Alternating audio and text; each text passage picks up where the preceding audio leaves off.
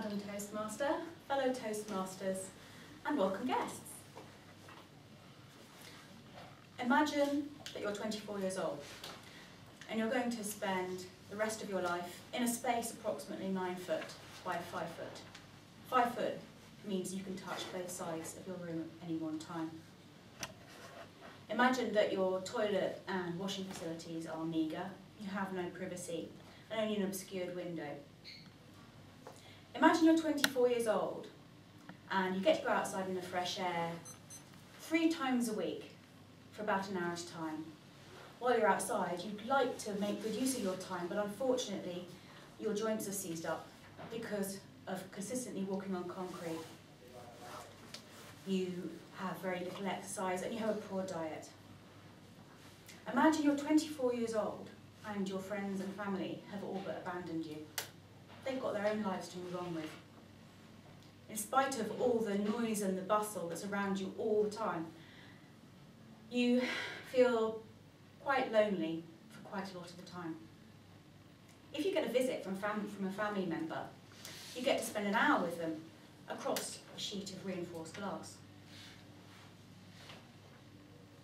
If you're lucky enough to get the right to have a contact visit, well, that's very difficult too, and you shrink from human touch because you become unused to it.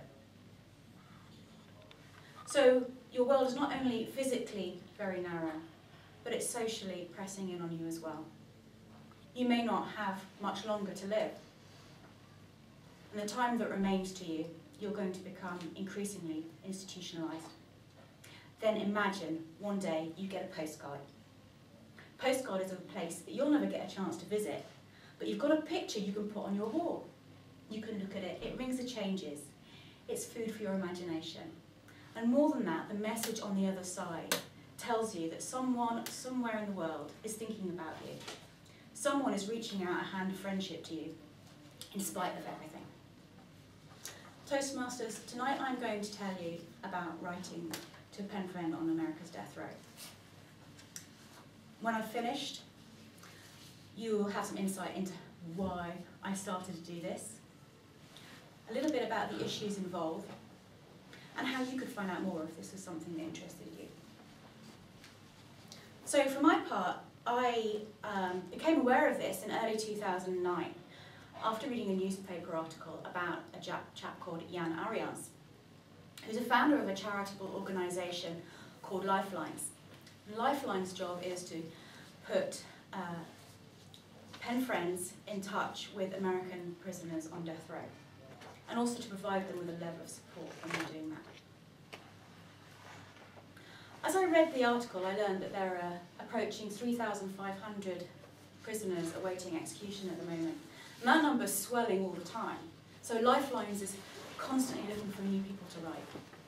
And I thought, well, I've supported various well-known charities through giving donations for many years. But is it time I did something that was practical?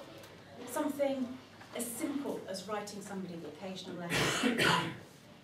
The idea appealed to me as well because it's fairly marginal and unpopular as a cause. Let's face it, there isn't very much sympathy around for murderers and rapists. But I gave it considerable thought. I decided I had enough capacity for tolerance and that this was something that I could do. So I started to write. I quickly became aware that the world of being a pen friend to death row is fraught with rules. The first rule was something that I set for myself.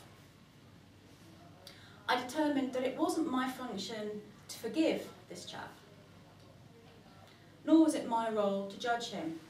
After all, he's been tried, he's been sentenced, and he's been condemned. My job was to be his friend.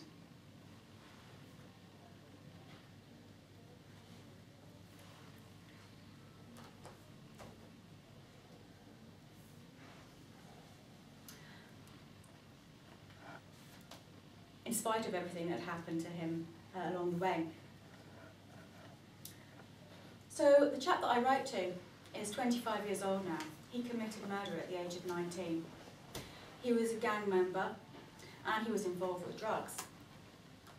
You might wonder what on earth we could possibly have in common to write about. But the letters started to be exchanged, and we soon found that in fact there was plenty that we could talk about. And we've become friends. Which brings me to the second rule. Most American death row inmates are male. Most, but not all, pen friends on the outside are female. When two people, a man and a woman, have what becomes an intensely personal relationship and they become close, those feelings can evolve. And sometimes they can escalate in a way that you might not expect. Lifelines were very clear in their guidance about this. They said, don't start correspondence if you've got romance in mind, because a pen friendship with a death row inmate is not the place for romance.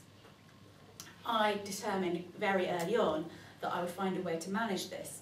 So what I did was, after a few letters, I suggested to my younger pen friend that he was something of the younger brother that I'd never had. Well, he quite liked that. So he would begin writing to me in his letters as Big Sis. And it put us on a good footing, and it's made us value the friendship all the more. The most important rule, though, is not to stop once you start writing. Because you've established this lifeline, there is an element of dependency there. If you stop it, it's like abandoning them all over again. So it is a long-term commitment. Then there are all the rules that are imposed by the state. They're far too many and far too petty for me to go into detail about here.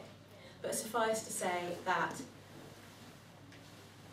the number of things that you can actually send into death row are extremely limited. We fully expect all of our mail to be opened and read, and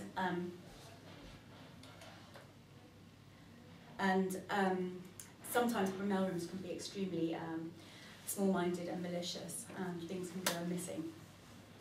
So I would urge you, if you were interested in finding out more about this, and the rewards, the many, many rewards that are involved with it as well, to look into Lifelines, the organisation that I belong to. You're very welcome to read this leaflet, and particularly to read this book, Welcome to Hell, which is a collection of excerpts of writings from people on death row. It's very, very insightful, and I'd be happy to answer any questions anybody's got afterwards as well.